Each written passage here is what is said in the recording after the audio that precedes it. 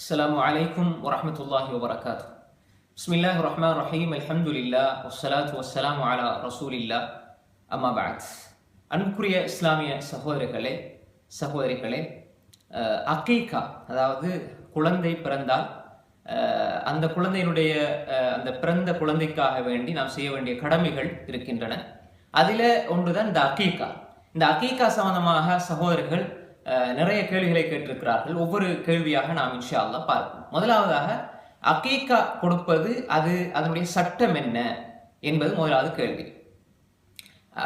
இந்த அகீகாவை பொறுத்தவரையிலே ரசூல் ஸல்லல்லாஹு அலைஹி வஸல்லம் சொல்லியிருக்கிறார்கள், குல்லு குலாமின் முர்தஹின் பி அகீகத்திஹி. அது மாதிரி பல மாதிரி இந்த ஹதீஸ் வருது, முர்தஹின் பி அகீகத்திஹின்னு சொல்லி பல மாதிரி இந்த ரிவாயத் வருது. ஒவ்வொரு குழந்தையும் அதனுடைய அகீகாவோடு அது தடுத்து வைக்கப்பட்டிருக்கிறது. அது பல கருத்துக்கள் இருக்கிறது. எனவே இது ஒவ்வொரு குழந்தைக்கும் நாம் கண்டிப்பாக செய்ய வேண்டிய ஒரு விஷயம் என்பதாக சொல்லப்பட்டிருக்கிறது. எனவே இந்த ஹதீஸ்களை வைத்து பார்க்கின்ற பொழுது இது வாஜிபா, சுன்னத்தா, அல்லது கட்டாய கடமையா, அல்லது முஸ்தஹப்பா என்பதிலே நாம் பார்க்கின்ற பொழுது சரியான நிலைப்பாடு. சில அறிஞர்கள் இத வாஜிப் என்று சொல்றவங்களும் இருக்கிறாங்க. சிலர் பிதாத்னு சொல்றவங்களும் இருக்கிறாங்க. அதனால இமாம் ஷாஃபி ரஹிமஹுல்லாஹ் சொன்னாங்க அப்படின்னா, அதாவது எல்லை கடந்து விட்டார்கள். யார் பிதாத்னு சொல்றாங்களோ அவங்களும், அதே போன்று வாஜிப் என்று சொல்லவங்களும் எல்லை கடந்து விட்டார்கள். எனவே இது சரியான நிலைப்பாடு என்னென்றால் சுன்னா முஅக்கதா, அதாவது அகீகா கொடுப்பது என்பது சுன்னா முஅக்கதா என்பதுதான் சரியான நிலைப்பாடு என்பதை நாம் அறிஞர்களுடைய, அதாவது ஹதீஸை வைத்து பல அறிஞர்களும் சொல்லியிருக்கக்கூடிய கருத்தையும் வச்சு நாம் பார்க்கின்ற பொழுது இது சுன்னா முஅக்கதா என்பதாக நாம் பார்க்க முடிகிறது. அதே போன்று இரண்டாவது கேள்வி கேட்டிருக்கிறார்கள் எப்படின்னால், அகீகா கொடுக்கக்கூடிய ஆடு, அதாவது நாம் இப்போ எந்த பிராணியை கொடுக்கணும்னு சொன்னா எல்லாருக்கும் தெரியும், நம்ம ஆடு கொடுக்கணும். ரசூல் ஸல்லல்லாஹு அலைஹி வஸல்லம் ஹதீஸில் நாங்கள் பார்க்கின்ற பொழுது, நேரம் சுருக்கத்தை கருதி நான் என்ன செய்யணும், சுருக்கமாக இதை விளங்கப்படுத்துகிறேன். ரசூல் ஸல்லல்லாஹு அலைஹி வஸல்லம் அவர்கள் ஒரு ஆண் குழந்தைக்கு 2 ஆடு கொடுக்க சொல்லியிருக்கிறார்கள். 2 ஆடு கொடுங்கன்னு சொல்லியிருக்கிறார்கள். பெண்களுக்கு ஒரு ஆடு, ஆண்களுக்கு 2 ஆடு, பெண்களுக்கு ஒரு ஆடு, சரிதானே? அப்ப எனவே இந்த ஆட்டை பொறுத்தவரையில் சிலர் மாடு கொடுக்கலாம், ஒட்டகம் கொடுக்கலாம் அப்படின்ற கருத்துக்கள் சில அறிஞர்கள் சொல்லி இருந்தாலும் ஹதீஸ்ல தெளிவாக நேரடியாக வர ஆடு. எனவே நம்ம ஆடு கொடுக்கிறதான் சுன்னத்து, மிக சிறந்தது என்பதை நாம் புரிந்து கொள்ள வேண்டும். பெண்ணுக்கு 1, ஆணுக்கு 2 ஆடுகள். இந்த ஆடுகளை பொறுத்தவரையில இதனுடைய வயதெல்லை, இது வயதெல்லை எப்படி இருக்கணும்னு சொன்னா, செம்மறியாடாக இருந்தால் 6 மாசம் பூர்த்தியான பிறகு அறுக்கலாம். செம்மறியாடாக இருந்தால் 6 மாசம் பூர்த்தியான பிறகு நாம் அறுக்கலாம். அதே போன்று வெள்ளாடு சொன்னால் செம்மறியாடு அல்லாத ஆடுகள் வெள்ளாடு என்று சொல்லுவோம். அது 1 வருஷம் பூர்த்தியான, அதுக்கு மேல 1 வருஷத்துக்கு மேற்பட்ட ஆடுகள் நம்ம அறுக்கலாம். அறுத்து என்ன செய்யலாம், நம்ம அகீகா கொடுக்கலாம் என்பதை நாம் தெளிவாக புரிந்து கொள்ள வேண்டும். இது 2வது விஷயம். மூன்றாவதாக மிக முக்கியமான ஒரு கேள்வி, எப்பொழுது நாம் அறுக்க வேண்டும்? அகீகாவுடைய அந்த ஆட்டை நாம் எப்பொழுது அறுக்க வேண்டும்? குழந்தை பிறந்து 1 நாள்ல, 2 நாள், 3 நாள், 5 நாள், 6 நாள், எதுல அறுக்கணும்? இப்ப இதுல குழந்தை பிறந்து 7வது நாள் அறுக்க வேண்டும் என்பதுதான் ஹதீஸ்ல சொல்லப்பட்டிருக்கிறது. 7வது நாள் நம்ம அறுக்கிறதுதான் சுன்னத்தான விஷயம். ஆயிஷா ரலியல்லாஹு அன்ஹா அவங்கள தொட்டு வரக்கூடியது 14, அதுக்கு பிறகு 7 தவறி போன 14, 21 வர செய்தி, அது பலவீனமான செய்தி.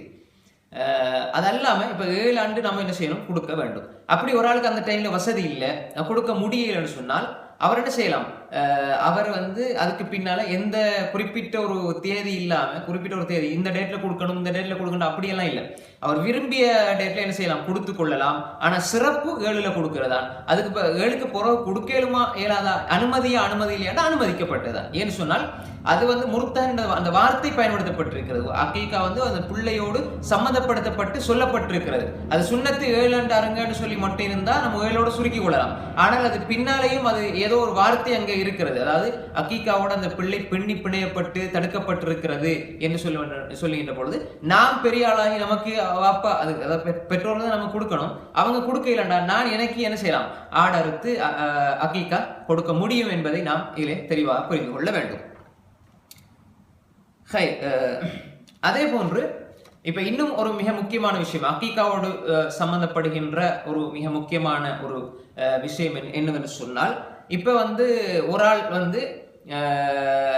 அக்கீக்காவுல வந்து கூட்டு சேரலுமா என்று சொன்னால் அது கூட்டு சேர முடியாது.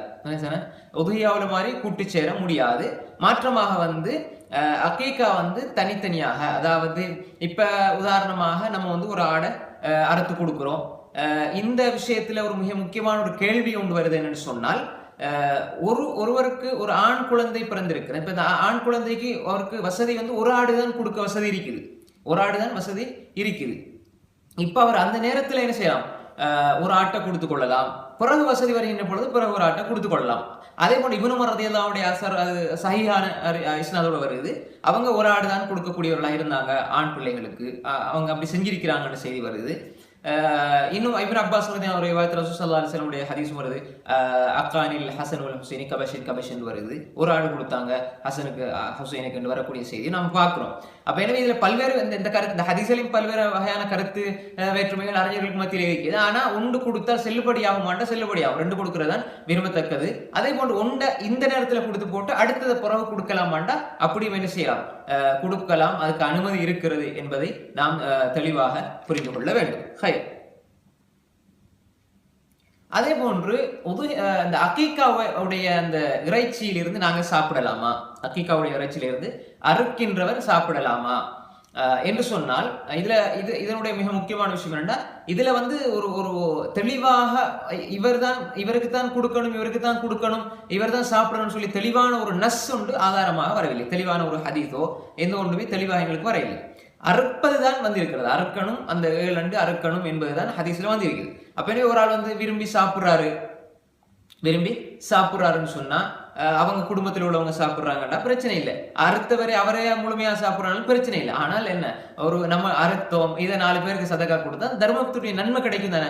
அப்ப அதனால வந்து அண்டையாளர்களுக்கு கொடுக்கலாம், சொந்தக்காரர்களுக்கு கொடுக்கலாம், ஏழை எளியவர்களுக்கு கொடுக்கலாம், இப்படி நம்ம கொடுக்கலாம். அதே போன்று இப்னு பாஸ் ரஹ்மத்துல்லாஹி கருத்து என்னன்னா, ஒரு சாப்பாடு மாதிரி சமைச்சு அதை வந்து எல்லா மக்களையும் அழைத்து ஒரு வலிமா மாதிரியும் கொடுக்கலாம், அதுவும் அனுமதி என்பதாக இமாம் பின் பாஸ் ரஹ்மத்துல்லாஹி சொல்றாங்க. அப்ப எனவே இது ஒரு மிக முக்கியமான விஷயம். இதோட சேர்த்து எங்க அறுக்கிறது என்று வருகின்ற பொழுது, குழந்தை பிறந்த இடத்துல, உதாரணமாக வீட்டு ஒரு நாட்டுல குழந்தை பிறந்து இருக்கும், இவர் வந்து கட்டார்ல எங்க ஒரு வேலையில இருப்பார், அல்லது சவுதியில ஒரு வேலையில இருப்பார், அல்லது துபாயில ஒரு வேலையில இருப்பார், வேற நாடுகள்ல என்ன செய்வாரு, வேலையில இருப்பாரு. அப்ப இவர் அந்த இடத்துல அறுக்கணுமா அல்லது குழந்தை பிறந்த இடத்துல அறுக்கணுமாண்டா, எங்க நமக்கு வசதிப்படுதோ அங்க என்ன செய்யலாம், நம்ம அறுத்து கொள்ளலாம், அறுத்து கொடுக்கலாம் என்பதை நாம் புரிந்து கொள்ள வேண்டும். இதுல கருத்து வேற்றுமை இருந்தாலும் இதுல பல கருத்துக்களுக்கும் பல கருத்துக்களை அறிஞர்கள் சொல்லி இருக்கிறார்கள். எனவே இந்த இடத்துல நாம் இது ஒரு விரிவான ஒரு அனுமதிக்கப்பட்ட ஒரு விஷயம் என்பதை நாம் புரிந்து கொள்ள வேண்டும். எனவே அக்கீக்கா சம்பந்தமாக வந்திருக்கக்கூடிய கேள்விகள் தான் இவை. எனவே இதை சுருக்கமாக நாம் இவ்வாறு தான் புரிந்து கொள்ள வேண்டும். ஜஸாக்குமுல்லாஹ் ஹைரன். அஸ்ஸலாமு அலைக்கும் வரஹ்மத்துல்லாஹி வபரகாத்துஹு.